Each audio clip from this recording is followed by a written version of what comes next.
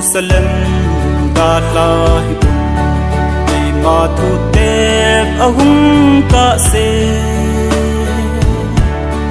Amanga singho so si chu Tungod na in ahum iding adi Pakay sisu taasan